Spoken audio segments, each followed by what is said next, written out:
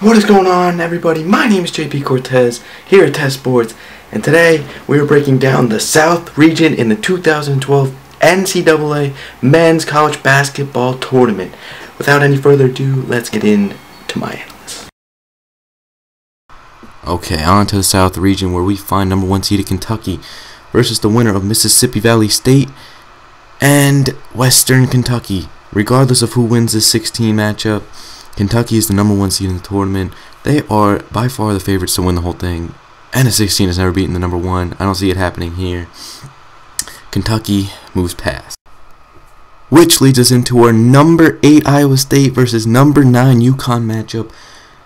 Iowa State is 22-10 on the season. UConn 20-13. A little shaky down the end, but yeah, let's look at the pros for Iowa State. They beat Kansas. They beat Baylor. They're a really good rebounding team. And let's face it, their forward, Royce White, at 6'8", 270 pounds, is an absolute monster. However, they do commit too many fouls, and they lack a lot of depth.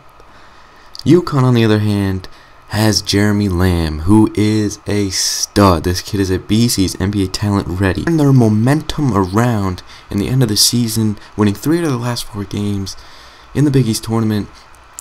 But they lost to Syracuse by 2 points. Not a big deal. They have consistent scores. They have the height. Both things Iowa State does not have. However, Shabazz Napier in crunch time thinks he's Kemba Walker. He's not a pure shooter. Give the ball to Jeremy Lamb. If he can learn to do that, they should be fine. However, if they fall behind, they shoot a fairly low 3-point percentage. And Drummond, as good of a post player he is, he shoots under 30% from the free throw line. Under 30%. However, looking at both teams, it's an 8-9 matchup. It can go either way.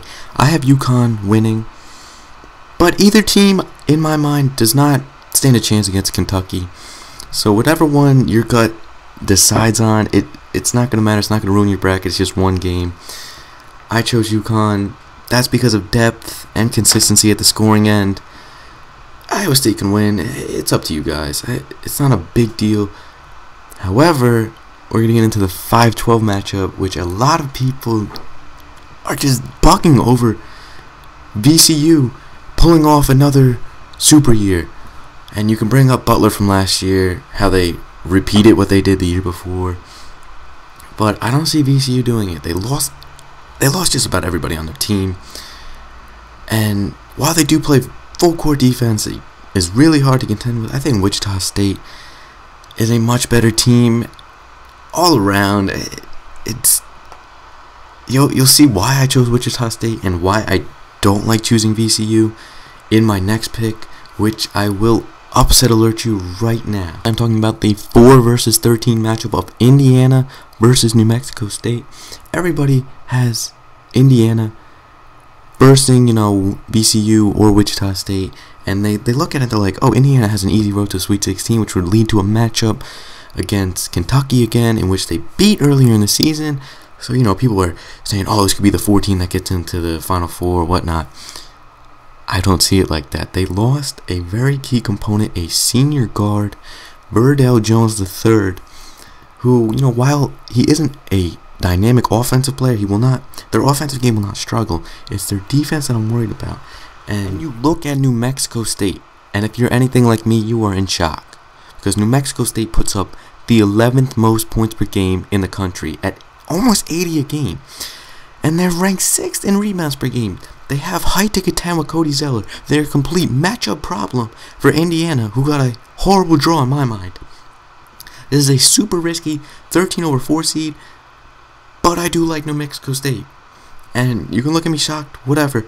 I don't see Indiana getting into the Sweet 16 in any circumstances, even if they beat New Mexico State, which is why I have Wichita State beating VCU. Because I think Wichita State is a better team than New Mexico, and I don't think Indiana, even if they beat New Mexico, I don't think they're going to beat Wichita. And even if they do beat Wichita, they ain't beating Kentucky. So I played safe with my upsets. And this is definitely a 4-13 upset that I can see happening in this bracket. Maybe you don't agree with me. I don't know. Tweet at me. Tell me something. Tell me I'm wrong. Go ahead. Do it. Leads us into our Sweet 16 matchup of Kentucky versus Wichita State. And I have Kentucky. You can put in permanent ink. It doesn't matter. Wichita State doesn't have enough. Indiana doesn't have enough. New Mexico doesn't have enough. VCU doesn't have. I don't see anybody contending with Kentucky until the Elite Eight. Let's shift our focus to the bottom half of this bracket, where we find number 6 UNLV versus number 11 Colorado. While the 11 tends to upset the 6 more than the 12 does the 5, I'm going to put UNLV past Colorado on the sole reason that Colorado hasn't beaten anybody. You look at their schedule, they've never beat a top 25 team while they're ranked. They beat Cal twice, which maybe is the only other decent team in the Pac-12. They won the Pac-12 championship, which I'm not shocked over. Pac-12 is really bad. UNLV, on the other hand, they assist the ball well. They score a lot of points. They beat North Carolina, and in my mind, that's enough. That's enough. You don't have to show me anymore. I have UNLV passing Colorado, which leads us into a interesting 3 versus 14 matchup. You might say, I say no. I think Baylor, coming off a 15-point loss to Missouri in the Big 12 championship after beating Kansas, is hungry. I thought they really wanted this Big 12 championship. They didn't get it. I think they're going to come out hungry. I don't think South Dakota State has enough firepower. I don't think they have the talent to match Perry Jones III, who I think is going to come out energized for once. And I have Baylor passing them, leading up to a game against UNLV, which we'll get to. But I want to talk about Notre Dame Xavier. This is a game I am still not sure about. You can break down all the numbers any way you want. A lot of people tend to like Xavier as that mid-major team to always win a game. But something in my gut says Notre Dame is going to win this game. Maybe it's because I'm a Big East fan. I don't know. But I'm going to stick with my gut here. I'm going to pick Notre Dame. Either way, I really do think Duke can beat either Xavier or Notre Dame looking at the numbers. So go with your gut here. Again, not a really risky pick either way. But this leads us into a 2 versus 15. 2 versus 15, rarely an upset happens. So, you know, I live close to Lehigh, and I would love to see it happen, but it's not going to happen. I have Duke passing Lehigh to get into our next round, which we have number 6 UNLV versus number 3 Baylor. Here in my own bracket, I did take UNLV in one. I took Baylor in the other. It's a toss-up game.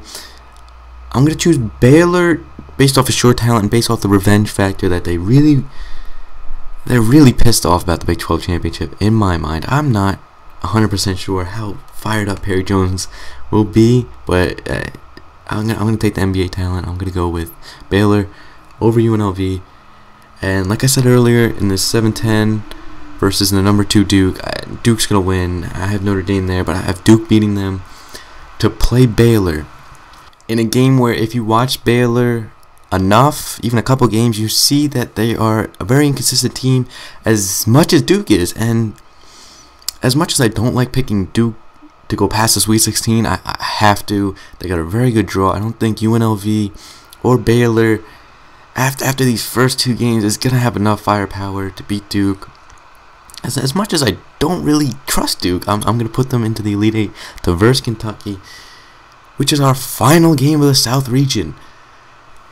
This game it's the 1 versus 2, which you might say, you know, it's not always going to happen, and I'm right there with you. It's not always going to happen, but I do think these are the 2 safest and the most probable choices to make it to the Elite Eight in this region. But yet again, Kentucky, as much as Duke can throw out this game where they might be able to hit their 3-pointers, I think Kentucky just has too much talent. I think Anthony Davis is on a level that nobody in college basketball is, much like Kemba Walker was last year. Sums up the South region, in which I have Kentucky advancing to New Orleans for the Final Four. Hope you guys enjoyed the video. Be sure to leave a like. Subscribe if you want to see some more sports analysts, arguments, whatnot. I'm not sure what is to come, but hope you guys like this video. The links to the other 3 will be annotated on this screen, the other 3 regions. If they're not annotated yet, they will be when they become available. And yeah, guys, so leave me some feedback. I'd love to know your opinions. Mine are not always right, and it took me a while to make this video, and my opinions are really strong. So leave me a comment, tweet at me, make me explain more, explain something to me. Hope you guys got something out of it. That's all for me. I'm out of here. Peace.